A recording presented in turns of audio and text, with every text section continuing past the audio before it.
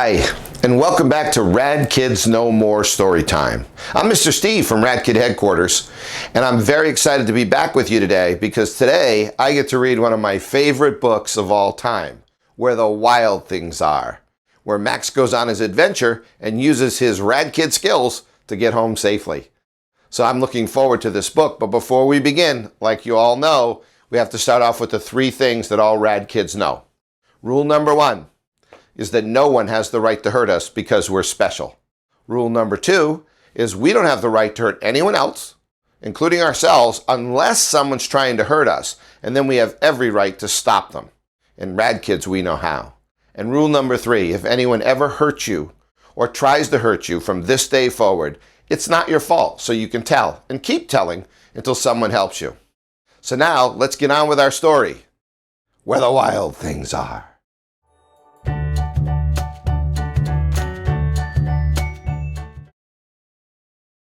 Where the Wild Things Are.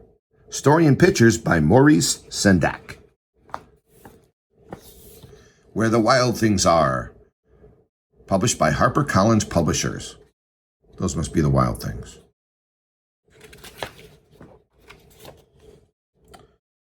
The night Max wore his wolf suit, he made mischief of one kind. And another.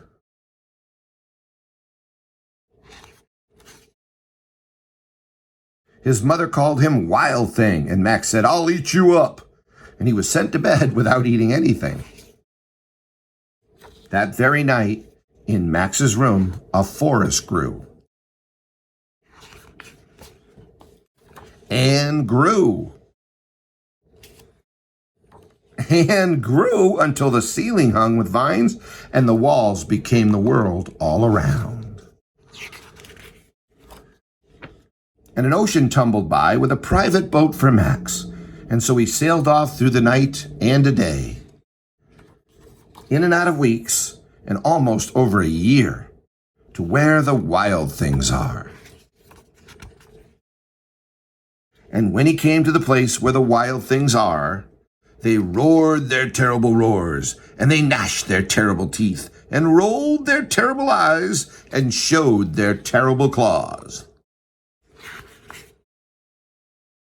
Till Max said, "Stay back," and tamed them with a magic trick of staring into all their yellow eyes without blinking once, and they were frightened and called him the most wild thing of all. They made him king of all the wild things. "And now," cried Max, "let the rumpus start." Rumpus is a party. So they partied and danced, woo! And swung. And dance some more.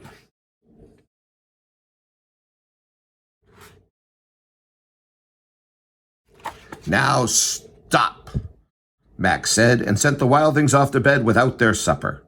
And Max, the king of all wild things, was lonely. He wanted to be where someone loved him best of all. Then all around, from far away and across the world, he smelled good things to eat. So he gave up being king, and where the wild things are. But the wild things cried, "Oh, please don't go. We'll eat you up. We love you so." But Max said no. The wild things roared their terrible roars, and gnashed their terrible teeth, and rolled their terrible eyes, and showed their terrible claws. But Max stepped into his private boat and waved goodbye. He sailed back over a year and in and out of weeks and through a day. And obviously at night. And into the night of his very own room, where he found his supper waiting for him. And guess what? It was still hot. Where the Wild Things Are.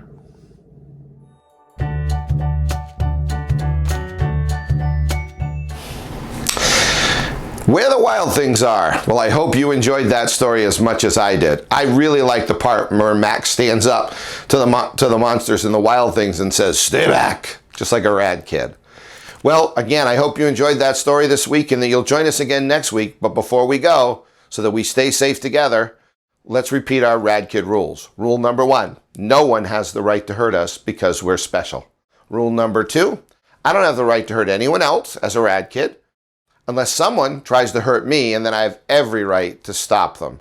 And rule number 3 is if anyone ever tries to hurt us or trick us or make us feel bad inside or out, it's not our fault, and so we can tell and keep telling until someone helps us.